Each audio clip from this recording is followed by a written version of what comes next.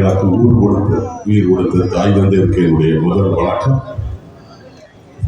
என்னை சினிமாவிலும் அரசியலிலும் அறிமுகப்படுத்திய எங்கள் ராசா புரட்சி கலைஞர் சுல்தான் தங்கம் கேப்டன் அவர்களுக்கு இரண்டாவது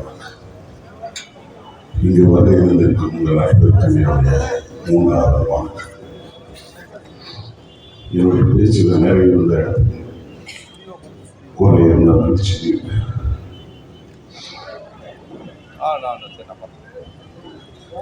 ரமணா திரைப்படத்தில் தமிழ் சினிமாவில் என்னை அறிமுகப்படுத்தினார். தமிழ், தெலுங்கு, மலையாளம், கன்னடம், ஹிந்தி ஆகிய 5 மொழிகளிலும் 237 படம் நடிச்சிருக்கிறேன். 47 சீரியல் நடிச்சிருக்கிறேன். 16 விளம்பர படம் நடிச்சிருக்கிறேன். இதுக்கெல்லாம் காரணம் கேப்டன். இன்னைக்கு கூட ஜி தமிழ் நினைத்தாலே இன்னைக்கு ஷூட்டிங் மதியத்துக்கு மேலே பெர்மிஷன் வாங்கிட்டு நான் வந்தேன். எனக்கு சினிமாவில் அரசியல் முகவரி கொடுத்த தலைவர் கேப்டனை பற்றி நான் 2 விஷயத்துல நான் அவரோட பயணம் பண்ணியிருக்கேன். நீங்கெல்லாம் அரசியலில் மட்டும்தான் அவரோட பயணம் பண்ணியிருக்கிறீங்க. நான் சினிமாவிலும் அவரோட பயணம் பண்ணியிருக்கேன், அரசியலும் நான் அவரோட பயணம் பண்ணியிருக்கேன். மிகப்பெரிய ஒரு உறுப்பினை எனக்கு. அதே போல கேப்டன் அவர்கள் டைரக்ட் பண்ண விருதுகிரி படத்தில் நான் நடிச்சிருக்கிறேன். அவர் என்னை அறிமுகப்படுத்தினார்.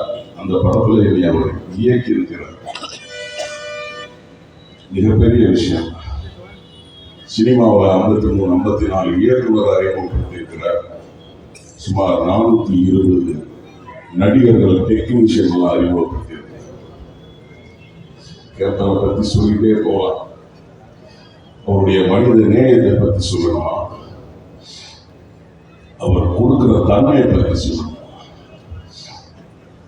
அதாவது புரட்சி தலைவர் எம்ஜிஆர் அவர்களுக்கு ஒரு பத்திரிகை நிருபர் ஒரு கேள்வி கேட்டார். நீங்க கொடுக்கிறத ஏன் விளம்பரப்படுத்துறீங்க அப்படின்னு சொல்லி ஒரு பத்திரிகை நிருபர் கேட்டார். உடைவல்லன்னு சொல்றீங்க, நீங்க ஏன் கொடுக்கிறத விளம்பரப்படுத்துறீங்கன்னு சொல்லி கேட்டதுக்கு எம்ஜிஆர் அவர்கள் என்ன சொன்னாங்க, நான் கொடுத்தாலாவது 10 பேர் உதவி பண்ணுவாங்கிறதுனால விளம்பரப்படுத்துறேன் அப்படின்னு சொல்லுவாங்க. ஆனா கேப்டன் அவர்கள் செஞ்சதை இதுவரைக்கும் சொல்லி காட்டினதே கிடையாது.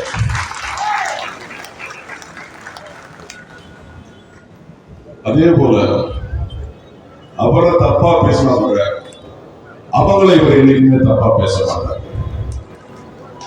அதுக்கு உதாரணம் நிறைய இருக்கு. அதே போல சிறியவர்கள் முதல் பெரியவர்கள் வரை மரியாதை கொடுப்பார். சொல்லிக்கிட்டே இருப்பார். நான் 2ஆம்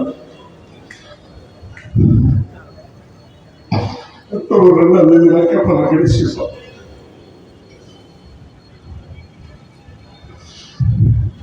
என் பையன் MBBS முடிச்சுட்டு MD ஜாயின் பண்றான் கோயம்புத்தூர் மெடிக்கல் காலேஜ்ல. ஃபர்ஸ்ட் அவன் காலேஜில் படிக்க போகும்போது ரஷ்யாவில் படிக்க போனேன். MBBS ஆஃபீஸ் கூப்பிட்டு வந்து கேப்டன் ஆசீர்வாதம் வாங்கினாங்க. கேப்டன் ஆசீர்வாதம் வந்தார். நீ எங்கே வேணாலும் படிக்கணும்,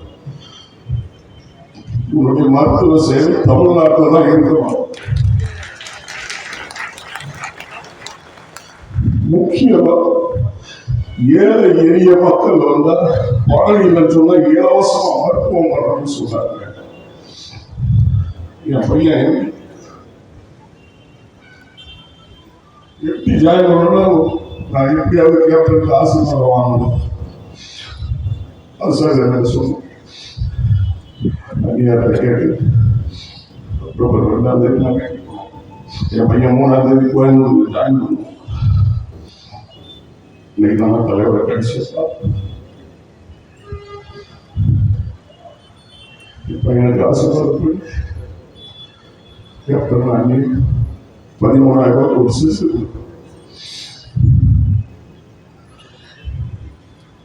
ஏழை பணக்காரங்களும் பார்க்க மாட்டார் கேப்டன், ஜாதி பார்க்க மாட்டார் கேப்டன், மதத்தெல்லாம் பார்க்க மாட்டார். அப்படிப்பட்ட ஒரு நல்ல மனிதரோட நாம பயணம் பண்ணிருக்கோம். நாம கர்வமா சொல்லணும், பெருமையா சொல்லணும். இன்னைக்கு வரும் நாளைக்கு போவோம். நம்ம தலைவர் சொன்ன மாதிரிதான் செத்தா 6க்கு 3 பணம் கூட வரப்போறது இல்ல. இன்னைக்கு நான் இப்ப சொல்றேங்க, இனிமேல் இந்த மாதிரி ஒரு கூட்டம் எந்த தலைவருக்கும் எந்த நடிகருக்கும்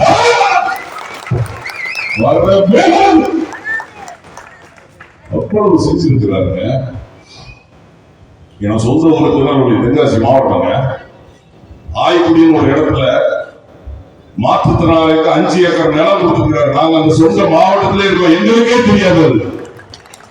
அடுத்த நாள் பேப்பரை பார்த்தா மதுரை ஏர்போர்ட் பக்கத்துல பெரிய ஆலங்குளம் அப்படிங்கிற ஒரு பகுதியில் நரிக்குறவங்களுக்கு 7 ஏக்கர் நிலம் கொடுத்துருக்காரு. இன்னைக்கு எவ்வளவோ சொல்றாங்க. வலதுகை கொடுக்கிறத இடங்கை தெரியக்கூடாதுன்னு நினைக்கிறவர் நம்முடைய கேப்டன். நம்மெல்லாம் அவருடைய தொண்டன் அப்படிங்கிறது பெருமைப்படணும், கர்வப்படணும். கேப்டன் எந்த நோக்கத்தை நினைத்து இந்த இயக்கத்தை ஆரம்பித்தாரோ அந்த நோக்கத்தையும் அந்த லட்சியத்தையும் நாம் உயிரை கொடுத்தாவது நிறைவேற்ற வேண்டும். நிச்சயமாக நாங்கள் நிறைவேற்றுவோம். நிறைய பேசணும்னு ஆசை. எனக்கு வாய்ப்பு கொடுத்த தலைமை கழக நிர்வாகிகளுக்கு நன்றி. ஒரே ஒரு விஷயம் மட்டும் நான் சொல்லிக்கிறேன். சினிமாவில் விஷயம், அரசியல் கிடையாது. நான் ஒரு கலைஞர் அவர்கள் கதை வசனம் எழுதிய பெண் சிங்கம் அப்படிங்கிற ஒரு படமும் பொன்னர் சங்கர் அப்படிங்கிற ஒரு படத்துலையும் நடித்தேன். நடிக்கிறதுக்கு முன்னாடி நான் கேப்டன் அனுமதி கேட்டேன்.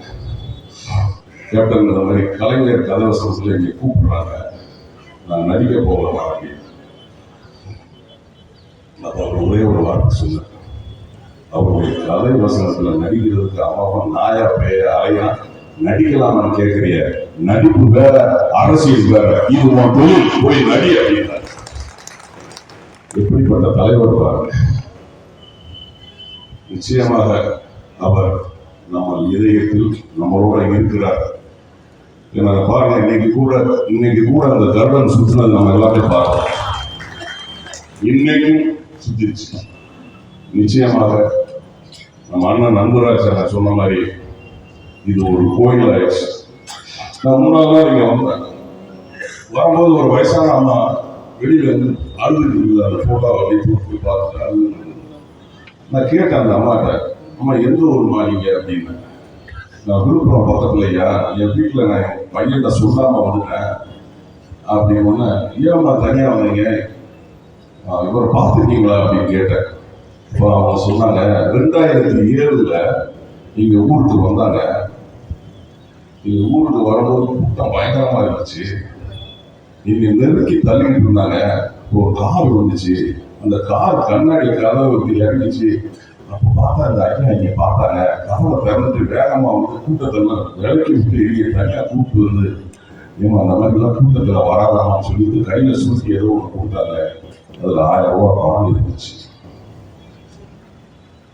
பாருங்களா. அதே மாதிரி அன்னைக்கு அந்த அண்ணா ஆட்சி பக்கத்துல அந்த மேம்பாலத்துல இருந்து ஒரு வயசான அண்ணா பூ வியாபாரம் பண்றாங்க. அந்த பூ அப்படி மூட்டையோட தூக்கி அப்படி போடுறாங்க. நடிக்கும் போது பூ வியாபாரம் பண்ணணும் அப்படின்னு சொல்லி கேட்டா அந்த பூ வியாபாரம் பண்றதுக்கு உண்டான அனைத்து திங்ஸையும் வாங்கி கொடுத்து அது மூலம் அந்த பணத்தையும் கொடுப்பாராங்க. அதே மாதிரி சீஷோட பக்கம் ஷூட்டிங் நடந்ததுன்னா மீன் கடை வைக்கணும்னா அவங்களுக்கு எல்லா உபகரணங்களையும் வாங்கி கொடுத்து பணத்தை கொடுத்தாங்க. கொடை வல்லல், மனிதனை மிக்கவர், கொடுக்கிறது யாருக்கும் தெரியக்கூடாதுன்னு நினைப்பவர். அதே போல பிறரை பத்தி இகழ்வா பேச மாட்டார். நான் ஒரு தடவை மேடையில பேசுவேன், என்னை கூப்பிட்டு இங்க பாரு அரசியல் பேசு, தனிப்பட்ட வாழ்க்கை வரலாறு பேசக்கூடாது அப்படின்னு அட்வைஸ் பண்ணுவார். இந்த மாதிரி ஒரு தலைவரை நாம் தலைவராக தேர்ந்தெடுத்தது அவருக்கு பெருமை கிடையாது, நமக்கு தான் பெருமை. நமக்கெல்லாம் ஒரு நல்ல பேரை கொடுத்துட்டு போயிருக்கார் தலைவர் கேட்டார் அவர்கள். இந்த பேரை நாம் காப்பாற்றணும். மேற்கொண்டு நான் அந்நியார் அவர்களுக்கும் தம்பிகள் 2 பேருக்கும் நம்ம உற்ற உறுதுணையாக இருக்கணும். எனக்கு வாய்ப்பு கொடுத்த தலைமை நிர்வாகிகள் அனைவருக்கும் என்னுடைய நன்றி. நிறைய அடுத்தபடியாக மேலும் இது போன்ற பல்வேறு சுவாரஸ்யமான தகவல்களை அறிய யுவி நியூஸ் தமிழ் சேனலுடன் இணைந்திருங்கள்.